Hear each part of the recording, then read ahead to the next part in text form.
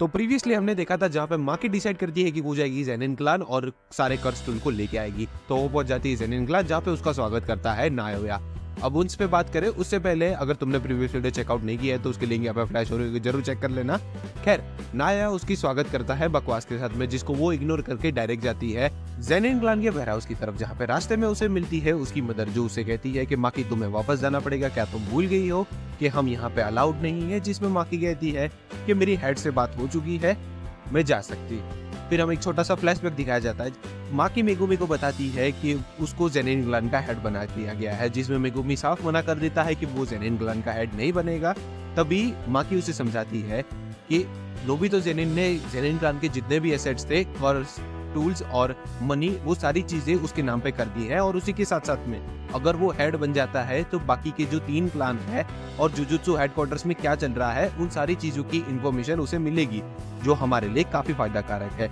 तो इसमें Megumi approach करता है माकी को कि वो हेड बन जाए, जिसमें माकी कहती है कि मुझ पे कोई विश्वास नहीं करेगा, तुम्हारे पास इनहेरिटेड टेक्निक है, तुमने अपना डोमेन भी मास्टर कर दिया है और गोजो भी तुम पे भरोसा करता था, और बात रही मेरी तो मैं भी तैयार नहीं हूँ। अब ये सारी चीजें सुन के मेगुमी मान जाता है। फिर वापस इन प्रेजेंट में शिफ्ट होता है, जहाँ पे उसकी मदर कहती है कि क्यों हमेशा से तुम ऐसी क्यों थी, कम से कम लाइफ में कुछ ऐसा तो काम करो कि ताकि तुम मुझे प्राउड फील करवा सको कि मैंने तुम्हें बर्थ दिया है माकी। बट इन सारी बातों को वो इग्नोर करते हुए पहुंच जाती है वेयर हाउस तक, और वेयर हाउस में उसकी मुलाकात होती है उसके फादर ओजी जेनिन से, जिसने सारे कर्स टूल को ऑलरेडी डिस्पोज कर दिया था, क्योंकि उसे पता था कि माकी उन सारे कर्स टूल को लेने आएगी। और उसी के साथ साथ उसने माई को भी हॉस्टेज बना रखा है, जो हेवीली वुंडेड है। और यहाँ पे सीन शिफ्ट होता है नायोया और जेनिची पर, जहाँ पे उन दोनों के बीच में कन्वर्सेशन चल रही होती है, जिसमें जेनिची बताता है कि मेगुमी एक परफेक्ट चॉइस है जेनिन क्लान के हेड के लिए। नो डाउट हम उसे सारे एसेट्स नहीं दे सकते हैं,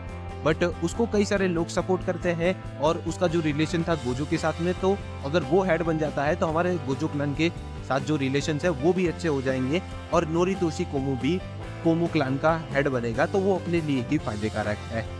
अब तुम उसे मारना चाहते हो तो तुम्हें एक प्रॉपर रीजन देना पड़ेगा, वरना ये मिस्टेक हमारे लिए काफी ज्यादा भारी साबित हो सकती है। जिसके जवाब में नायोया बताता है कि क्या तुम भूल गए हो कि गोजो को जुजुत्सु वर्ल्ड से निकाल दिया है, क्योंकि उसको जो शिबुया इंसिडेंट में काम करने को दिया था वो उसको पूरा नहीं कर पाया था, और अगर उसको किसी ने भी आजाद करने की कोशिश की तो उसको एज ए क्रिमिनल एक्ट में माना जाएगा।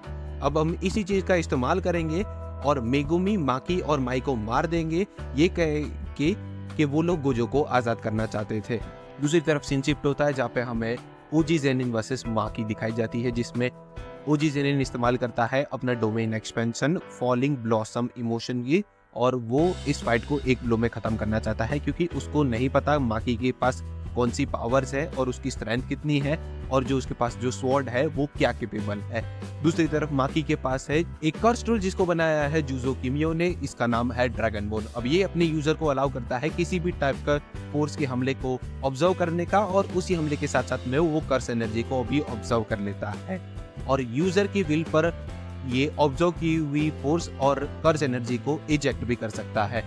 अब उन दोनों के बीच में फाइट शुरू होती है, जहाँ पर माकी सक्सेसफुली पहले हमले को तो ब्लॉक कर लेती है, और दूसरे मूवमेंट में वो ओजी जेनिन की स्वॉर्ड को तोड़ देती है। बट ओजी जेनिन अपनी टेक्निक की मदद से उसको एक माइटी ब्लो देने में सक्सेसफुल हो जाता है, और माकी वहाँ पे हार जाती है। फिर अगले सीन में ओजी माई और माकी को ले जाता है एक ट्रेनिंग रूम में मरने के लिए, क्योंकि उस रूम में कई सारे ग्रेड 2 के सॉर्सरर्स होते हैं, और उन दोनों को वहाँ पे वो फेंक के चला जाता है। तभी वहाँ पे माई उठती है, माकी को चेक करती है कि माकी जिंदा है या नहीं, और माकी जिंदा होती है, तभी वो उसे किस करती है। फिर हमें सी शोर वाला सीन दिखाया जाता है, जहाँ पे माई और माकी साथ में होते हैं और दोनों की कन्वर्सेशन होती है, जिसमें माई बताती है कि वो हेवीली वुंडेड थी और उसके पास थोड़ी सी कर्स एनर्जी बची थी, अब उसका भी इस्तेमाल उसने कर लिया है तो प्रोबेबली वो मर जाएगी, और इसीलिए वो समुद्र की तरफ जाने लगती है। अब उसको ज्यादा देखते हुए माकी उसे रोकती है, तभी माई उसे बताती है कि you are me and I am you, as long as तुम माकी जितनी भी मेहनत करोगी स्ट्रॉन्गर होने में, वो मेरे सामने कुछ भी साबित नहीं कर पाएगी, क्योंकि मैं कर्स टेक्निक का इस्तेमाल कर सकती हूँ और तुम नहीं, इसलिए मैं सारी चीजों को तुम्हारे भरोसे छोड़ के हुए जा रही हूँ। तुम सिर्फ खाली इस चीज का मेरे ख्याल रखना, और तुम मुझसे वादा करो कि तुम सारी चीजों को डिस्ट्रॉय कर दोगी। फिर सीन शिफ्ट होता है, जहाँ पे हमें ओजी जेनिन का सीन दिखाया जाता है, जिसको महसूस होता है कि सारे ग्रेड 2 के कर्सेस गायब हो चुके हैं, और उसे 2G के जैसा सिमिलर सा कर स्पिरिट महसूस हो रहा है तो वो तुरंत ही उस रूम को चेक करने जाता है, जहाँ पे हमें माकी दिखाई जाती है जो काफी ज्यादा सिमिलर लगती है टोजी की तरह, और हमें माकी का एक नया लुक भी देखने को मिलता है विथ हर न्यू स्वॉर्ड। और हाँ, मैं बेसिकली बताना चाहता हूँ, माई ने अपने आप को सेक्रीफाइस किया माकी को बचाने के लिए, और उसी के साथ साथ माई ने उसको एक स्वॉर्ड भी दी है। अब ये चीज देखकर ओजी अपनी कर्स टेक्निक का इस्तेमाल करता है ब्लेजिंग करेज का, और माकी के ऊपर हमला करने जा ही रहा होता है। उतने ही स्प्लिट सेकेंड में माकी ओजी का दिमाग सर से अलग कर देती है। अब माकी ने ओजी को मार दिया है, ये पूरी न्यूज ज़ेनिन क्लान में फैल चुकी है और ज़ेनिन क्लान अलर्ट पे हो चुके हैं और अलार्म्स भी बजना शुरू हो चुके हैं। दूसरी तरफ हमें एक नए कैरेक्टर का इंट्रोडक्शन होता है जिसका नाम है रांता। वो जिनीची और नायोया को बताता है कि माकी ने ओजी को मार दिया है और कुकुरु स्क्वाड अभी उससे लड़ रही है। दूसरी तरफ हमें कुकुरु स्क्वाड का इंट्रोडक्शन होता है जिसको मैं स्किप करने वाला हूँ क्योंकि तुम्हें पता है इसके साथ क्या हो। अब कुकुरु स्क्वाड में से सिर्फ उसका कैप्टन ही बचा है, तो उसको बैकअप देने के लिए वहाँ पे ही स्क्वाड का कैप्टन आ जाता है चोजीरो, जिसके पास कुछ अर्थ स्टाइल निंजुत्सु है। मुझे पता है कि नहीं कहा जाता, लेकिन बेर विथ मी। तो ऐसे करके वो माकी को पकड़ लेता है और उन दोनों को बैकअप देने के लिए वहाँ पे रांता और जिनीची भी आ जाते हैं। तभी माकी उस अर्थ स्टाइल निंजुत्सु को तोड़ के उन दोनों कैप्टन के पास जाती है एंड यू नो क्या होगा। तभी अचानक से रांता अपनी कर्स टेक्निक का इस्तेमाल करता है जिससे माकी फ्रीज हो जाती है तब तक के लिए, जब तक रांता उसके ऊपर देख रहा है, ताकि जिनीची को टाइम मिल जाए कि वो माकी को खत्म कर सके। दूसरी तरफ माकी इस कर्स टेक्निक को तोड़ने के लिए उसकी आइस को डिस्ट्रॉय कर रही है। तभी जिनीची लूफी की तरह कॉन्ग केटलिंग गन का इस्तेमाल करता है और हमें एक मैसिव डिस्ट्रक्शन देखने को मिलता है। फिर धुआं हटने के बाद हमें पता चलता है कि रांता कंप्लीटली अंधा हो चुका है और माकी ने जिनीची का सर काट लिया है और रांता को भी मार देती है। तभी वहाँ पे नायोया आता है और नायोया उससे पूछता है do you have a heart, जिस पर माकी कोल्डली कहती है no, he took it away from me. और अगले सीन में हम एक छोटा सा फ्लैशबैक दिखाया जाता है जहाँ पे नायोया छोटा सा बच्चा होता है और उसके इंट्रूसिव थॉट्स चल रहे होते हैं जिसमें लोग उसे के प्रेज कर रहे थे कि वो एक जीनियस है, वही नेक्स्ट क्लान का हेड बनेगा। तभी उसे थॉट आता है कि ज़ेनिन क्लान में एक ऐसा भी पर्सन है जिसके पास कर्स टेक्निक बिल्कुल भी नहीं है और कर्स को देखने की भी ताकत नहीं है। तो वो सोचता है कि उसका फेस कैसा होगा। तभी उसके सामने टोजी आता है और वो टोजी को देख के घबरा जाता है। तभी सीन वापस प्रेजेंट में शिफ्ट होता है जहाँ पे नायोया और माकी के बीच में फाइट शुरू हो चुकी है।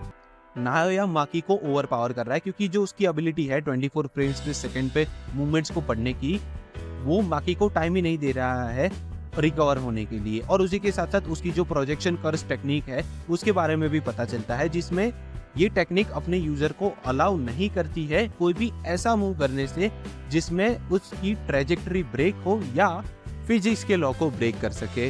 और उसको जो स्पीड बूस्ट भी मिलता है वो भी लिमिटेड टाइम का होता है कि जब जब वो इस टेक्निक को एक्टिवेट करता है तब तक उसे स्पीड बूस्ट मिलता है। अब नायोया इस टेक्निक को रिपीटेडली खुद के ऊपर इस्तेमाल कर रहा है ताकि उसकी स्पीड इंक्रीज ही होती जा रही है। दूसरी तरफ माकी को थोड़ा ग्राउंड मिलते ही वो स्क्वाट पोजीशन में आ जाती है और अपने आर्म्स को स्प्रेड करती है। बेसिकली ये एक शिरानुई स्टाइल फॉर्म है जो ताइजुत्सु में इस्तेमाल किया जाता है जिसमें यूजर अपने आप को तैयार कर लेता है किसी भी टाइप के डायरेक्ट हिट को लेने के लिए। अब ये बेट की तरह इस्तेमाल किया जाता है क्योंकि अगर ओपोनेंट ने डायरेक्ट हिट किया तो वो पकड़ा जाएगा। अब इस चीज को नायोया प्रिडिक्ट कर लेता है तो वो माकी को साइड में से एक स्लैप मार के चला जाता है जिससे उसके ऊपर 24 फ्रेम्स पर सेकंड का रूल लागू होगा तो माकी 1 सेकंड के लिए फ्रीज हो जाएगी। उतने में नायोया घूम के फिर से माकी को मारने आ रहा होता है और वो माकी के पास जैसे ही पहुंचता है उसी मूवमेंट पे माकी भी गोल घूम जाती है और उसे एक पंच दे देती है क्योंकि ट्रेजेक्टरी पाथ नायोया का सेट था तो नायोया अपने पाथ को चेंज नहीं कर सकता, तो नायोया को पंच पड़ता है और 1 ब्लो में नायोया हार जाता है। अब नायोया को हराने के बाद माकी पहुंचती है अपनी मदर के पास में और उसकी मदर ये रूप को देखकर काफी ज्यादा शॉक में आ जाती है और माकी को रोकती है कि वो उसके पास ना आए, बट वो भी कुछ नहीं कर पाती। दूसरी तरफ हमें नायोया का सीन दिखाया जाता है जहाँ पे वो जैसे तैसे करके वापस एक रूम में पहुंचता है बट उसका एक तरफ से पीस कंप्लीटली डिस्ट्रॉय हो चुका है और वो अपनी कर्स एनर्जी को भी कंट्रोल नहीं कर पा रहा है। तभी वहां पे उसकी मदर आती जिनके हाथ में किचन नाइफ होता है और माकी ने उनका गला तोड़ दिया है जिसकी मदद से वो बोल भी नहीं सकती और अब उसकी मदर नायोया को स्टेप टू डेथ कर देती है और उन्हीं के साथ साथ उनकी भी डेथ हो जाती है। और ऐसे करके पूरा जेनिन क्लान साफ हो जाता है। और यहाँ पे मैं ब्रेक लेता हूँ। उम्मीद करता हूँ तुम्हें वीडियो अच्छा लगा होगा। अच्छा कैसे नहीं लगा होगा, जो अनाइलेशन देखने को मिला है। खैर, वीडियो कैसा लगा कमेंट सेक्शन में बताओ। वीडियो अच्छा लगा हो तो वीडियो को लाइक भी कर देना। चैनल पे नए हो तो सब्सक्राइब करना मत भूलना। बाकी मैं तुम्हें मिलता हूँ नेक्स्ट वीडियो में, तब तक के लिए गुड बाय।